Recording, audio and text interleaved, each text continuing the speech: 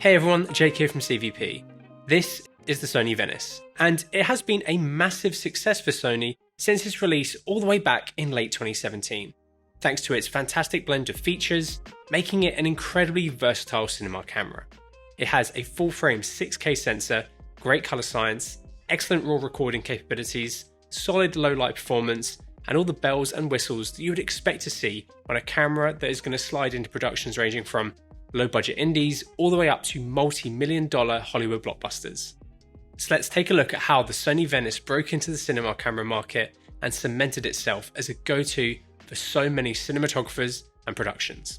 Sony's Cine Alta line of cameras was introduced in 2000 with the development of the HDW F900, which was used on Vidocq and Star Wars Episode 2, which were two of the first feature films to be shot fully on a digital cinema camera. There have now been 22 cameras in this range, and over the years, Sony cameras have gone in and out of fashion at the highest end of cinema productions, but with the introduction of the VENICE, they are back in the conversation for the top productions. In 2017, when Sony announced the VENICE, their last cameras in the Cine Alta range had been the F5, F55 and the F65, which had seen a good amount of use, but had been on the market since 2011, so Sony needed something new to catch up with the competition.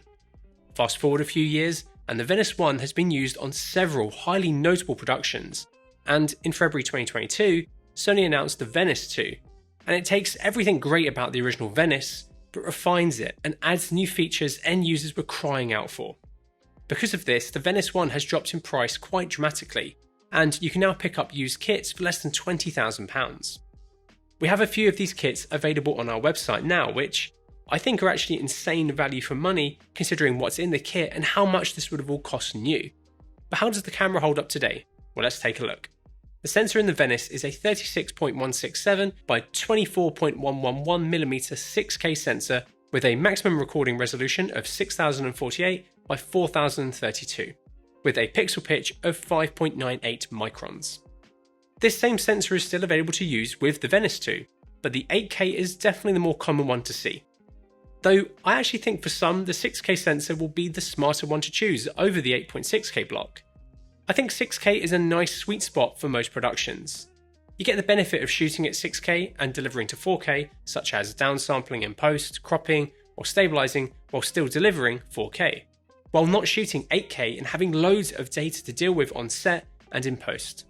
Thanks to Sony creating and manufacturing their own sensors from the ground up, it's also one of the only full-frame cinema cameras that uses a single cut full-frame chip, whereas other cameras stitch two together to achieve larger sensor sizes.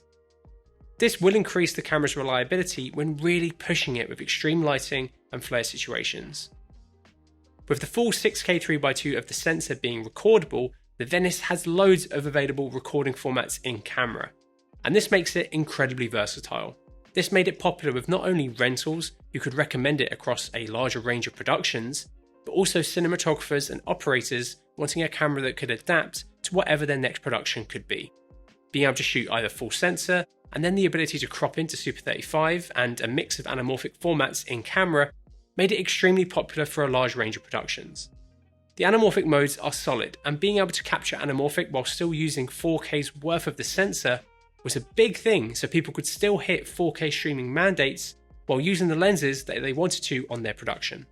The Arri Alexa Mini LF wasn't released until late 2019, so Sony coming out with the VENICE earlier meant that it was used on loads of direct-to-streaming productions. This was because of the 4K mandate in place by some of these streamers, and the Alexa Mini couldn't record 4K, and the full-size LF was a really difficult camera to work with for some productions. If you plan on using a VENICE, just make sure to check what licenses it has, as there are 3 different ones to unlock different recording options. The 6K sensor is rated to capture up to 15 stops of dynamic range across both of its dual native ISOs, the low being 500 and the high being 2500 when recording an S-Log3 S-Gamma3.Cine. At the time, this was a pretty awesome feature for it to have, as there weren't too many other cameras on the market that had this feature other than the Red Gemini and the VariCam 35 and LT. This was a big selling point for the VENICE, as compared to other cameras dominating this area of the market, aka the Alexa, the VENICE's sensor was much more sensitive and newer. I remember one of the first shoots we did with the VENICE 1 was one of our on-set videos with Josh Allen. and I remember that me and Joe were blown away with how much colour and detail was captured even in such a dark shooting environment. The Venice 2 has an incredibly fast sensor readout, but the 6K sensor is certainly no slouch either. It's definitely fast enough for most productions. All of these different design factors add to the camera's versatility, and really, that's probably the biggest reason it's done so well. It's just so damn versatile. The image that the Venice can capture is another big reason why it's been so widely adopted. It's a serious step up from Sony's previous cameras, especially when it comes to colour fidelity. This was the start of Sony redefining their cinema camera line, with cameras like the FX9, FX6 and FX3 following the Venice's release, with them now having a huge array of cameras in this lineup. When it comes to latitude, the Venice holds up very well against its competition. We shot these tests with the Venice, the Red V-Raptor and the Alexa Mini LF for our V-Raptor review back in 2021.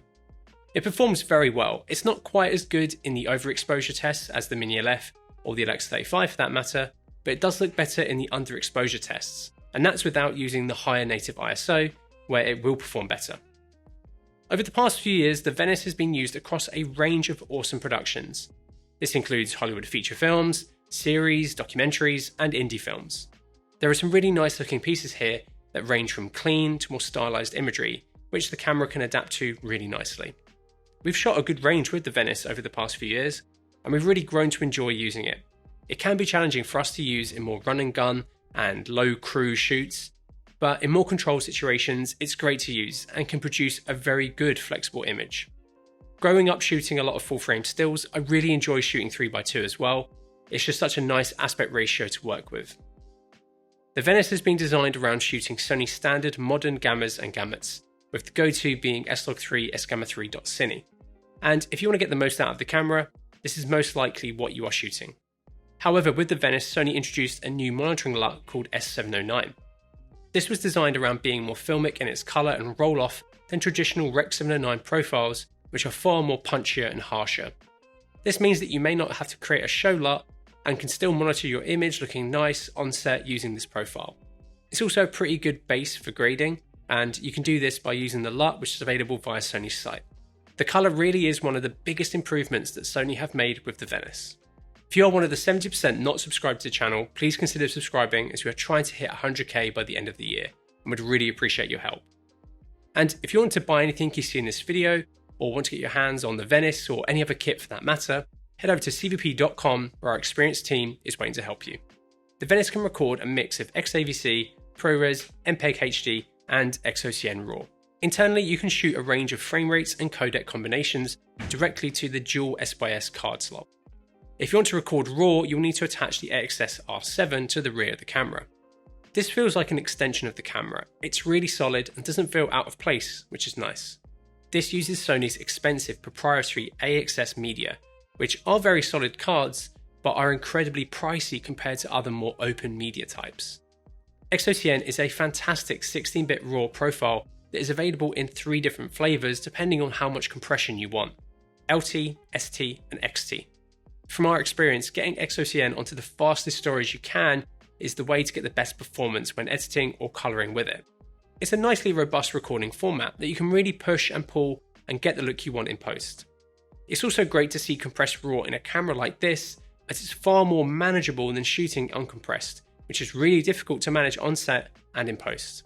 If you want to have a look at some Venice XOCN footage yourself, Sony have made some available to download on their website, link to which is in the description. With the Venice having dual card slots available on both its media types, you can do a range of simultaneous recording options. This means that you can record XOCN to the R7 while also recording one of the compressed formats to S/S cards. This will make proxy workflows much faster and easier while on set and in post. This is even possible when shooting XAVC internally to S/S cards. One thing that people often ask Sony for was a little bit more when it comes to the higher frame rates that the Venice can do. In XOCN, you can capture up to 60 frames per second in 6K 3x2 OpenGate, 72 in 6K 17x9, 90 in 6K 239:1, and 110 in 4K 17x9.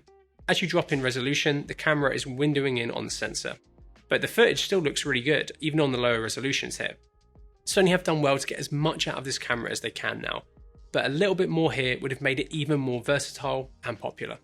The Venice has 8 stops of internal ND built in, with a range from 0.3 to 2.4, with the ability to adjust in single stop increments. This is an excellent range to have. The quality is also excellent. They are really high quality NDs, and you can really easily adjust it on the camera as well. It has a very solid range of inputs and outputs. This includes 4 SDI outputs, a HDMI, HD monitor output, timecode and Genlock BNCs, a 5-pin AUX, an 8-pin remote, a RJ45 and a standard 12-pin for connecting broadcast lenses at the front. For audio, it has a 5-pin XLR tucked away at the bottom of the camera. A common accessory to see here is Wooden Camera's A-Box, which will give you 2 3-pin XLRs, which is quite helpful if you do want to run audio into the camera. It has a roughly 60-watt power draw and uses a standard V-mount battery plate, which can be removed via these 4 screws. You can also power it via the 4-pin XLR input. The Venice has several outputs on the body. This includes a 12-volt 4-pin Hyros and 2 24-volt 3-pin Fishers. Because of this, you would often see the Wooden Camera D-Box paired with the Venice. This uses the V-mount on the rear of the camera to provide a range of power outputs along the side here. One big change with the Venice over the previous Cineauta cameras was its physical design and layout. It's an incredibly well-built camera. It's made from solid metal and internally it's very well laid out and reliable, which is exactly what you need for the market this camera is aimed at. It's definitely not a light camera at 3.9 kilograms body only. Once rigged with everything you need, you're going to want some support equipment around it to operate it nicely. I really like the layout of the camera from both an operator and an assistant perspective. It's well laid out and clear. I really like the operator side screen, which allows you to control key functions really quickly and easily. The menu is also really nice. It has 3 layers to it. The first one, which you can see just here, then you can tap it for the second layer and then hold it for the third layer. It's designed like this so you have the quick access stuff first, and then as you go deeper and deeper, you have settings that you won't need quite as often.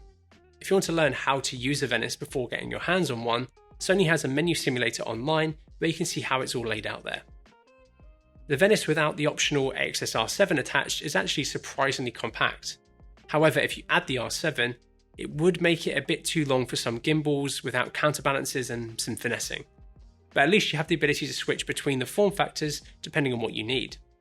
This is one thing they solved with the Venice too, as you can now record RAW internally without needing the AXS-R7 attached to the back. The Venice is actually a decently modular camera.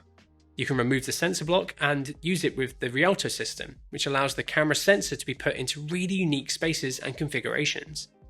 We did a video earlier this year all about the Rialto system, so if you want to learn more about it, check it out via the link in the description below.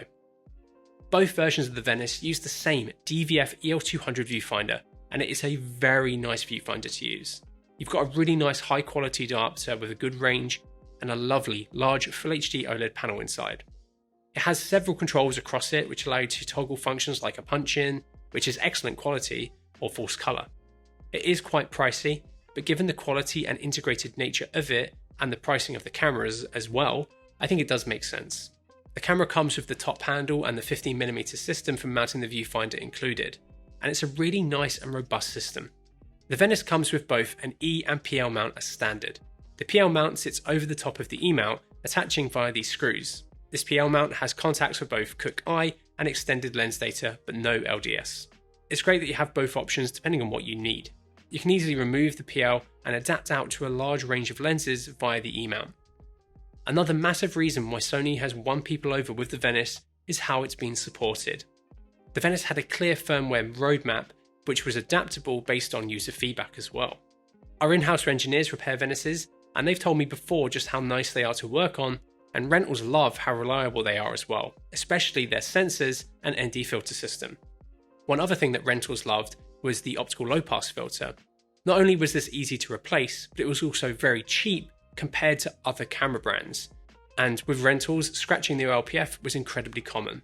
So, is the Venice still worth considering for your next project in 2023? 100%. It's still an excellent camera that is incredibly well featured, can capture gorgeous imagery, and deliver to a range of different resolutions and formats. It's clear that Sony conducted loads of research to build a camera that could meet so many different end users' demands.